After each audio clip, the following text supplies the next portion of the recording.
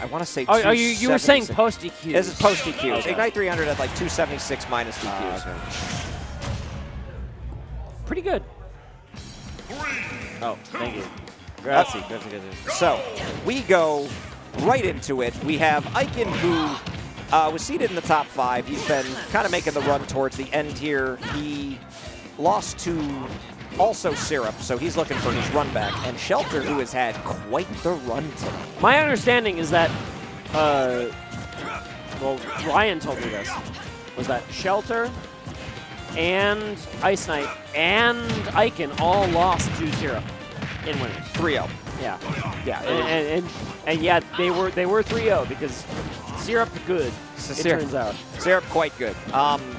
I think of the players, Shelter actually probably looked the best of the 3. He was displaying a lot of tricks. All the games were relatively close. I commented that set with Papa. That was an interesting one.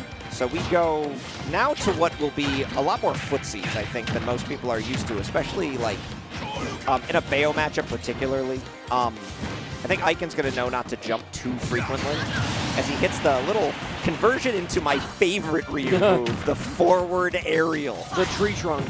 Shouts to Shell. Shell! Why weren't you here?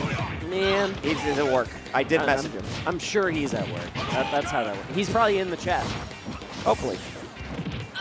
All right, so Ikan has this tendency when he plays in games where if he takes the first stock and you whiff one move, it feels like you're down an astronomical amount because he'll combo you on that first whiff of stock 2 for so much. Yeah, if he takes the first stock, he 3-stocks you. Yeah, like where did 96 damage come from?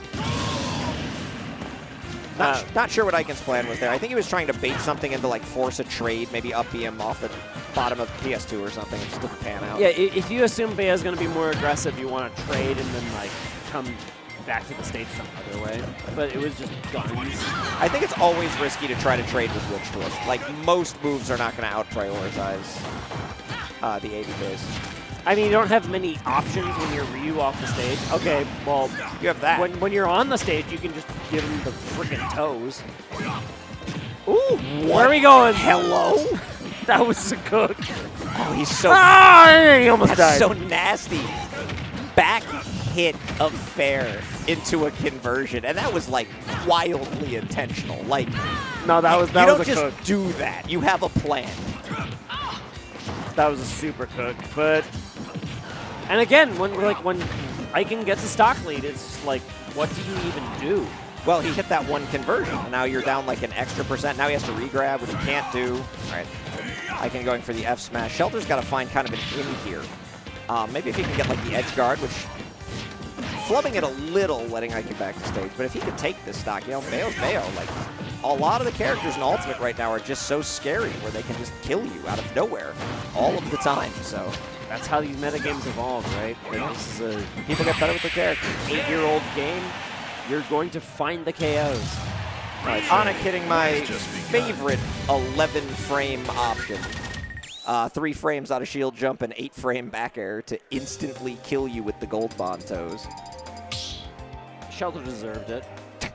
You can't be jumping around over there. You got to get on the ground and play some footsies. You can't just be doing a jump over there.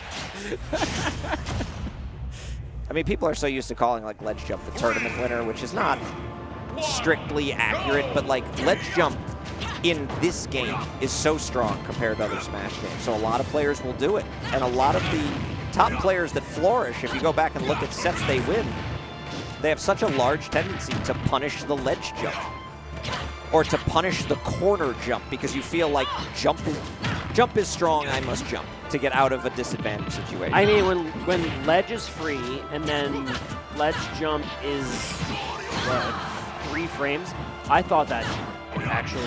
I'm actually surprised he lived on hollow. It did not KO. What move just sent Bayo? That was Nair. That was Nair at 140. There it is again. That was Nair again. Okay. I wish Yoshi Nair was that good. So I love the sound effects in this game, but that's a weird one. The weak little Nair sound box and you go flying at chic melee forward air angle. Oh, okay. All right, he went for the edge guard. And, okay, you didn't die for it, but I was actually concerned for Shelter there for like a second. I feel like Shelter's thing is Shelter plays insane when they are, like, underseeded.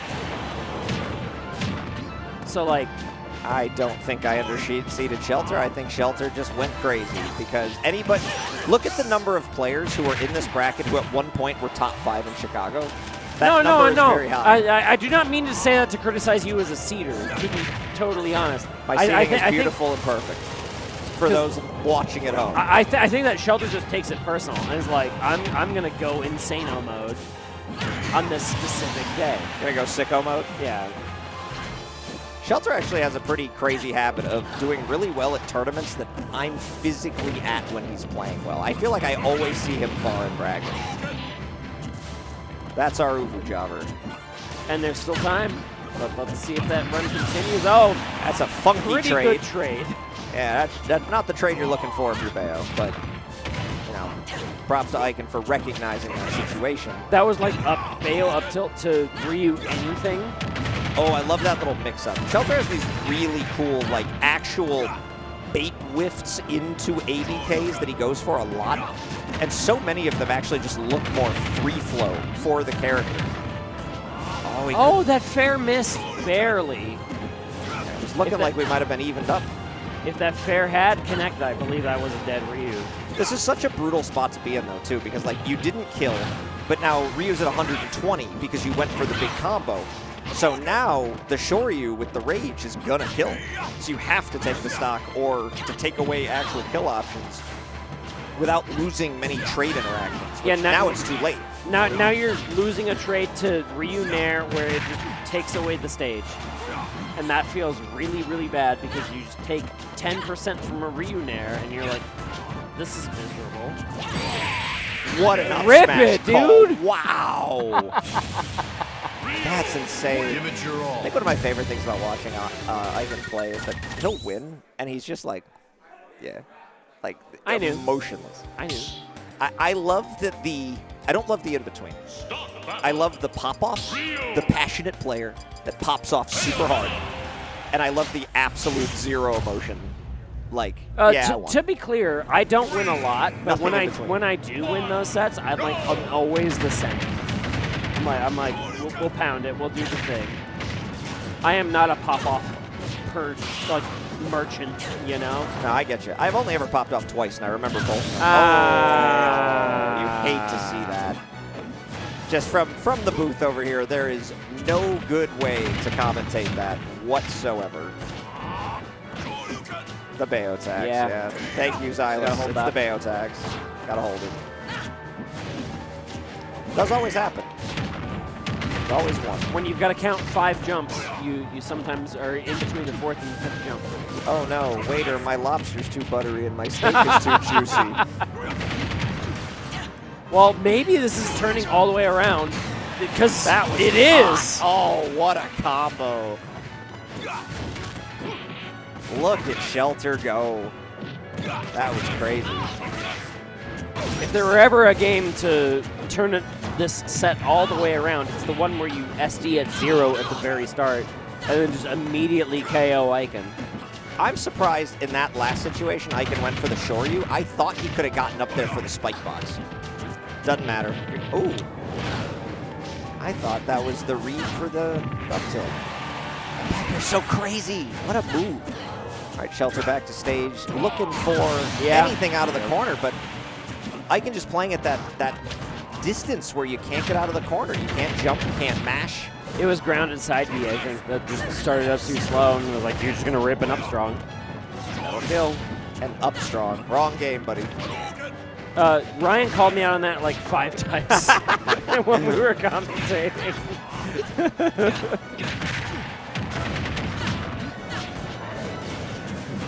Okay, we're back. So see, Shelter going to that ledge a lot. That has not been working in his favor to kind of like linger out there the extra time. I feel like against a Ryu with that level of positioning, you've just got to get out of there. Like, you can't kind of linger off stage.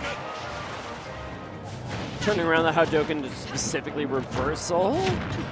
Try to find the back air, but no. This is Bayo taking the stage back.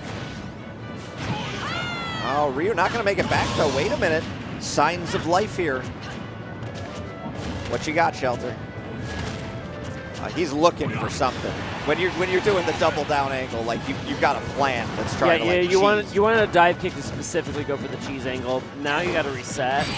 But you can't slide right in though. Can't do that against Ryu. It's just not a real option. Ikan gonna grab it.